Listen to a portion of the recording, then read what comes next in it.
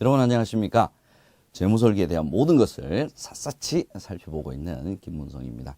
자, 이번 시간에는 재무설계 그 세 번째 시간으로 재무목표에 대해서 한번 살펴보도록 하겠습니다.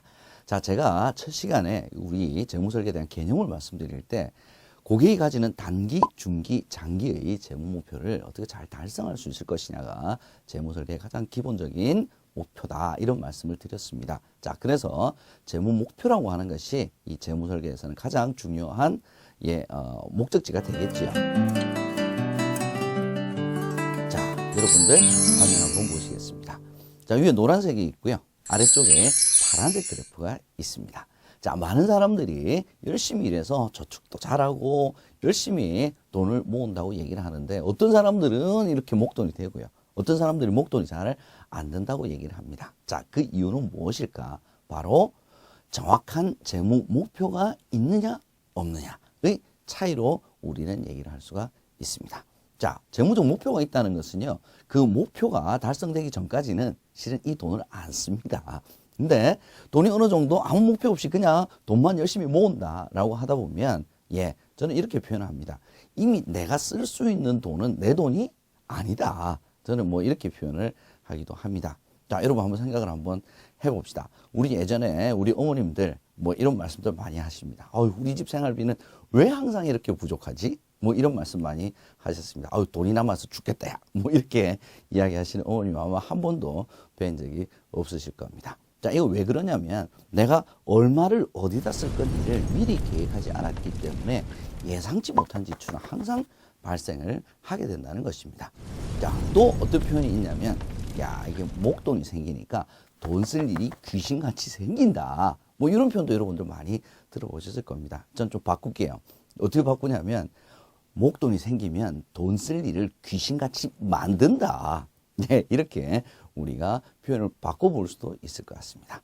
자, 이렇게 명확한 목표가 없을 경우에는 충동구매, 소비할 수 있죠. 또한 이거 가지고 한번 해볼까? 부적절한 투자, 이런 것들로 중간에 돈이 자꾸 새 나가는 거죠. 그래서 장기적으로 봤을 때 이 단기 재무 목표보다는 결국 장기적인 재무 목표에서 큰 리스크가 발생할 가능성이 높습니다. 자, 그래서 여러분들 한번 보겠습니다. 이 표는 뭐냐면 사람이 가질 수 있는 일반적인 우리 재무 목표들을 정리를 해둔 겁니다. 우리 흔히 말하는 4대 자금, 5대 자금 이라고 우리가 얘기를 할 수도 있겠습니다. 자, 이 표를 보시게 되면 이 위쪽에 이 짙은 색깔로 표현이 되어 있는 곳이 뭐냐면 바로 장기 재무 목표라고 우리가 일반적으로 얘기를 할 수 있고요. 이 아래쪽에 조금 밝은 색으로 표시되어 있는 것이 뭐냐면 우리 흔히 말하는 단기 재무 목표다라고 얘기를 할 수가 있겠습니다. 자, 단기 재무 목표는 미혼인 경우에는 결혼자금, 비상자금, 기타 이벤트 내지는 주택 마련 및 확장 자금, 이런 거 우리가 들 수가 있겠고요.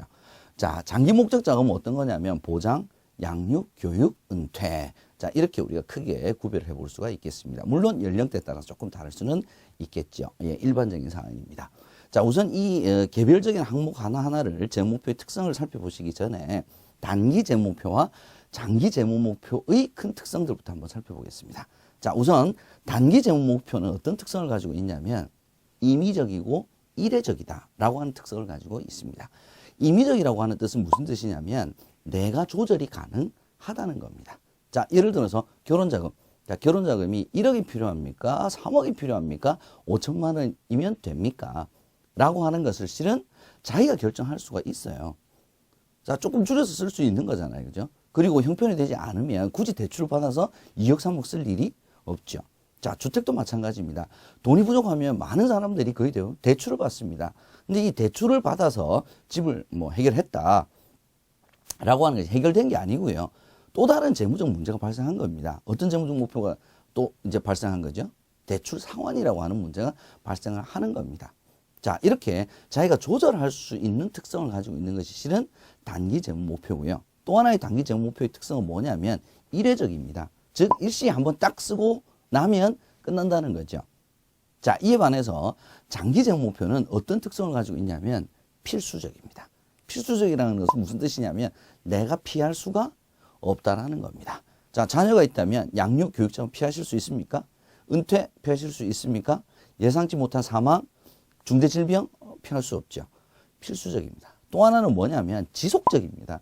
지속적이라는 것은 한번 딱 돈 나가고 끝나는 게 아니고 계속 끊임없이 돈이 장기간에 걸쳐서 지출이 된다는 겁니다.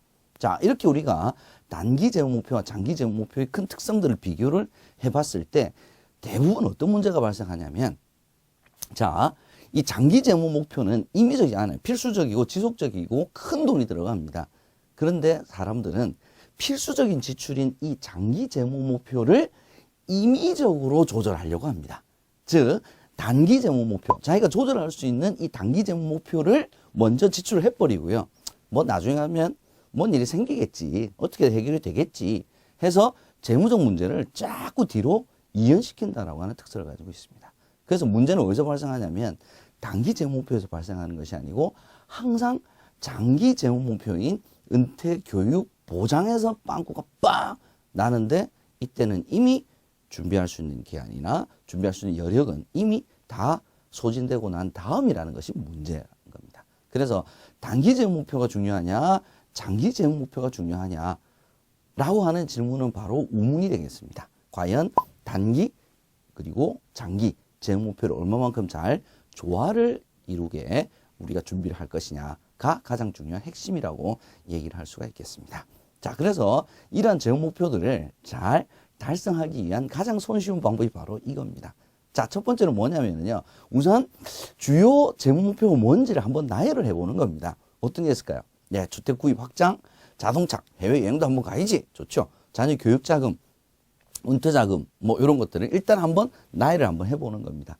자, 이러한 재무 목표가 언제쯤, 시기가 중요합니다. 언제쯤 이 재무 목표를 내가 달성을 해야 되는 거냐라고 하는 것을 한번 우리가 계획을 세워보는 겁니다. 꼭 이때 무조건 해야 되는 거 아닙니다. 일단 계획을 한번 세워보는 거죠.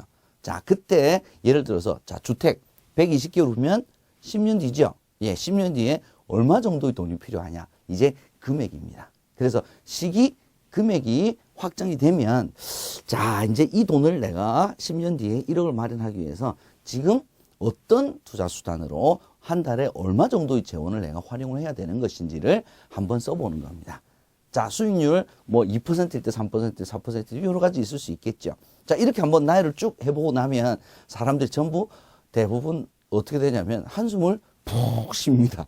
어휴, 이걸 내가 다 할 수가 있을까?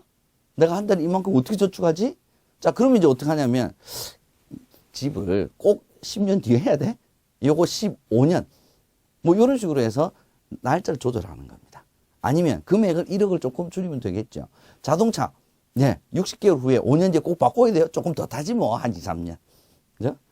자, 금액도 꼭 좋은 차 타야 돼? 하나만 낮추지 뭐. 자, 이런 식으로 이제 조절을 해 나가면서 단기와 중기와 장기의 재무 목표에 알맞는 내 돈을 어떻게 배분할 것이냐가 결정이 되어지게 되는 거죠. 자, 이러한 재무 목표가 명확하게 머릿속에 있는 사람이 이 저축을 잘 유지해 나가는 것과 그냥 대충 그냥 열심히 살고 아껴 쓰고 저축만 잘하면 되겠지 라고 가는 사람의 큰 차이는 지금 나타나는 것이 아니라 10년 뒤, 20년 뒤, 30년 뒤에 나타난다 라고 하는 것이 바로 재무목표와 재무설계에서 가장 중요한 키 팩터가 된다는 뜻과 일맥상통하다, 이렇게 말씀드릴 수가 있겠습니다. 자, 여러분 화면 한번 보시죠. 자, 두 사람이 나왔네요. 자, 여러분 유니폼 보시니까 포지션이 조금 다르구나 아마 금방 아셨을 겁니다. 자, 이 사람 포지션 뭘 것 같아요? 골키퍼입니다. 자, 그럼 이 사람은 뭘까요? 공격수입니다. 제가 여러분들에게 하나 질문 드리죠. 여러분, 골키퍼가 퇴장당하는 축구 경기 혹시 본 적 있으세요? 골키퍼가 없으면 어떻게 됩니까? 골키퍼가 없으면 페어한 경기가 될 수가 없죠.